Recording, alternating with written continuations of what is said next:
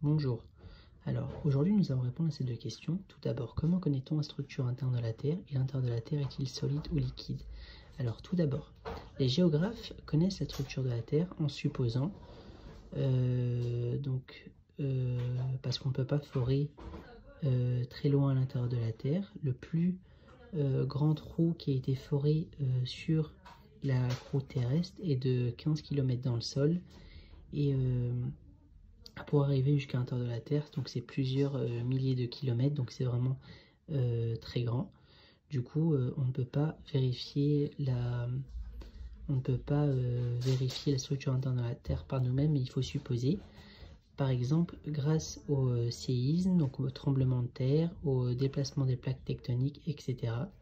Alors, nous allons voir, donc c'est comme ça que les géographes déterminent la structure interne de la Terre, c'est en effectuant une échographie, enfin une sorte d'échographie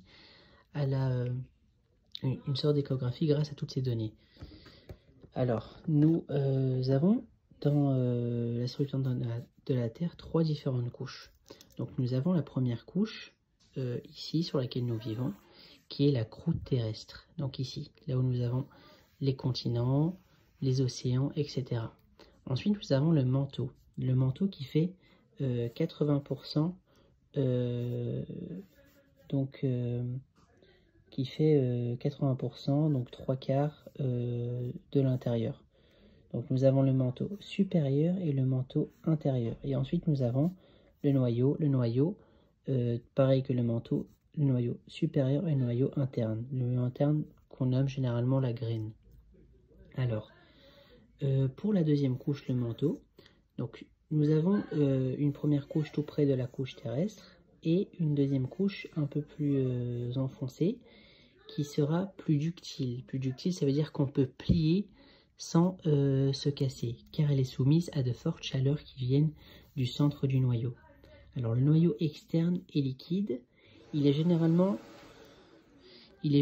composé de fer et de nickel et d'autres matières, et la graine est très dure, et voilà, donc on l'appelle la graine. Donc pour répondre à la question, l'intérieur de la Terre est-il solide ou liquide? Donc l'intérieur de la Terre, donc jusqu'à la graine, est dur. Ensuite, le noyau externe est liquide. Ensuite, le noyau externe est liquide. Ensuite, le manteau interne est liquide. Ensuite, le manteau externe est dur. Le manteau interne est ductile, hein, comme on l'avait dit. Ensuite, la croûte terrestre, du coup sur laquelle nous vivons, est dure. Et la croûte terrestre comprend donc les océans, les montagnes et les continents sur lesquels nous vivons. Du coup, voilà.